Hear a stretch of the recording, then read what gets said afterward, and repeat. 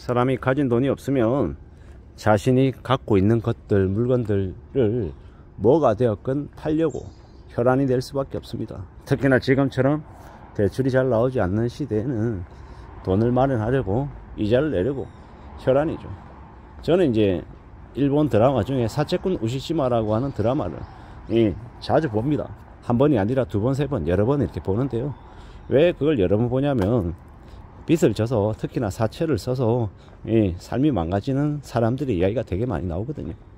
그들은 보면 그냥 평범한 그 직원이었던 이 여성이 순식간에 이제 몸을 파는 윤락업소의 여성으로 전락하는 경우도 되게 많이 나옵니다.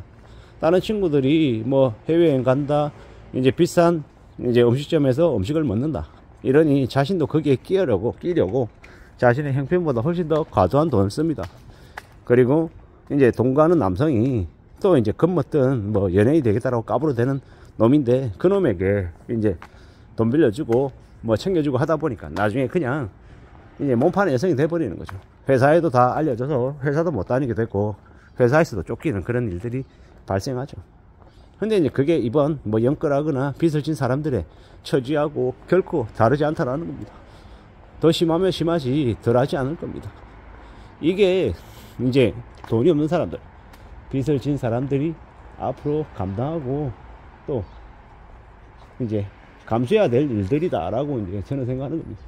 앞으로 이제 더 이제 그러한 일들은 더 많아지겠죠. 요새 심심찮게 뭐 그런 얘기들도 많이 나옵니다. 뭐 조건 만남이니 뭐 간단 만남이니 이게 뭔가 라고 생각했는데, 이제 앱을 통해 가지고 데이트 앱이나 이런 것들 통해 가지고 남녀가 만납니다. 이 젊은 이제 여성이 이제 남성에게 자신의 성을 파는 거예요. 이제 짧게 만나서 짧게 이제 그렇게 하고 돈을 받아가는 거예요. 그런 일들이 뭐 일본에서는 꽤 오랫동안 성행했고, 지금 한국도 이제 그런 일들이 이제 되게 이제 확산된다라고 얘기하는 거죠. 그러한 일들을 하는 게 사람들이 그 일을 좋아해서 하겠냐고? 아니죠. 짧고 간편하게 돈을 벌 수 있으니까. 그리고 궁지에 몰렸을 때 급전을 마련하는 게 이제 그런 것들이니까, 그게 유행하니까 그러한 것들을 하는 것 같습니다. 돈이 없으면 자신이 가진 뭐든 다 판다라는 거.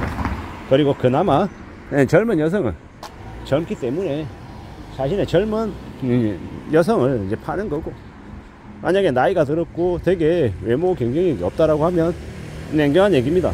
저기 식당에, 저기 식당 뒷편에서 아주 많은 설거지거리들을 이제 팔이 나갈 정도로, 허리가 나가고 목이 나갈 정도로, 팔목이 나갈 정도로 이제 미친듯이 설거지 해야 되는 거예요. 남성도 마찬가지고. 이게 이제 앞으로 벌어질 일이다라는 겁니다. 뭐든 판다라는 거. 집안에 있는 뭐 동전들 다 끌어모아 가지고 팔고, 병도 팔고, 뭐 집에 있는 가재도구들도 이제 팔아내는 거예요. 그렇게 해야 하루하루 먹고 사니까요. 이게 불편하지만 현실인 겁니다.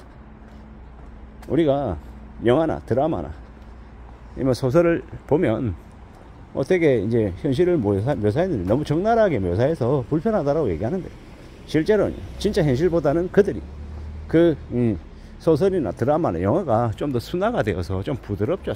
차라리 현실보다는 덜 이제 불편하다라는 겁니다. 이게 빚을 진 사람들의 이제 운명이다라고 저는 생각합니다. 빚지지 말라, 빚을 져서는 안 된다 라고 이제 제가 제 스스로에게 계속 잔소리하고 얘기하는 건 뭐겠습니까? 왜겠습니까? 빚지면 인생이 끝장나니까요. 빚지면 몸 팔라 그러면 몸 팔아야 되고, 피 팔라 그러면 피 팔아야 되고, 장기 내놓으라고 하면 싫지만 장기를 뭐 내줘야 되는 거 아니겠냐라는 거죠. 왜? 이 채권자들이 너무 사악하다, 너무 악질이다, 양아치다, 개쓰레기다라고 하는데, 어쩌면 그 사악한 채권자보다 빚 안 갚고 배째는 나 몰라라는 그 채무자들이 더 인간 쓰레기고 더 막장일 수 있다라는 겁니다. 정말 우리가 단순하게 얘기하면 그냥 영화나 드라마에서 보는 채무자는 되게 약자이고 채권자는 되게 사악한 족보, 양아치들인 것처럼 묘사가 되는데, 현실은요, 채무자가 더 악랄하고 더 양아치인 경우가 더 많더라는 겁니다. 빚을 갚지 못하면 이제 더 이제 막장이 되고 나 몰라라고 놔버리니까 이제 채권자들도 그에 맞춰서 이제 대응해서 이제 더 악랄해지는 게 아닌가라고 생각하는 거죠. 아까도 말씀드렸던 사채꾼 우시시마라고 하는 일본 드라마에 보면 매일같이 이자를 받으러 갑니다.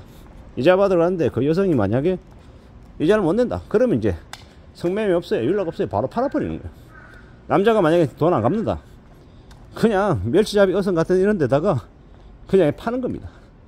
예, 그런 곳으로 가는 이제 봉고차에 태워서 보내버리는 거죠. 이게 현실입니다. 사채꾼 오시지 마라. 아니면 저기 뭐 도박 묵시록 카이지 아니면 한국에서 나온 오징어 게임 이러한 작품들이 우리에게 알려주는 거예요. 현실이 얼마나 무섭다라는 걸요. 너 빚지면 적골 당한다라고 이야기해주는 잔혹한 동화이지만 정말 우리에게 교훈이 많이 담겨있는 좋은 작품이라고 저는 생각합니다. 물론 사채꾼 오시지마 이런 거 보면 좀 이제 좀 그런 내용들이 있긴 합니다.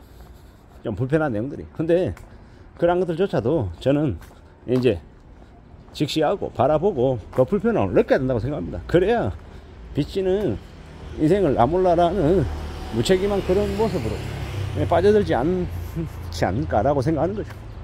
우리가 살아가는 세상이 얼마나 힘든데, 얼마나 잔인하고 얼마나 냉정한데 우아하게 멋있게 그럴싸하게 폼 잡으면서 아주 멋있는 옷 입고 머리 헤어스타일 되게 고급스럽게 하면 자신이 뭐 연예인이 되고 아주 인기 탑스타가 될 것처럼 까불어대지만 현실은 어떻습니까?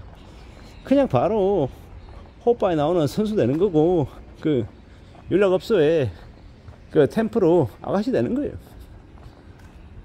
너무 서글프고 너무 불편하고 너무 좀 적나라한 이야기지만 그게 현실이다라는 겁니다. 저기 강남의 설렁, 역삼 뭐 이런 쪽에 가보면 그 몸 파는 이제 여성들이 뭐 100만 명이 뭐 종사 한다 어쩐다 얘기합니다. 제가 뭐 100만 명인지 10만 명인지 5만 명인지 이제 그에 대한 숫자 감이 없어가지고 그냥 지나가는 어디서 주워드는 얘기를 그냥 하는 뿐인 건데 정말 그런 이들이 적지 않다라는 겁니다. 아이돌 지망생들 매일같이 하루에 10시간씩 춤추고 노래 부르고 그런 이제 이들이 연예인이 되지 못하고 아이돌이 되지 못하면 어디로 가겠냐라는 겁니다. 그리고 그들에게 들어간 돈이 적지 않을 텐데 그게 만약에 여윳돈이 아니고 빚이고 투자한 거라고 하면 그걸 나중에 이제 그 기획사나 이런 이들이 어떻게 하겠냐라는 겁니다. 자신이 감당할 수 있는, 자신이 소화할 수 있는 범위 안에서만 빚을 내야 되는 거고, 그리고 최대한 빚을 안 내고 사는 게 좋겠다라는 겁니다. 단칸방에 살든 옥탑방에 살든 반지하에 살든 빚 없이 내가 내 돈 쓰면 산다라고 하면 삶은 안정적일 수밖에 없다라는 겁니다. 200만원 벌면 200만원 번 그 안에 살고 300 벌면 뭐 150 쓰고 150 저축하고 이러면 뭐 예십니다만은 얼마나 삶이 안정되겠냐라는 겁니다.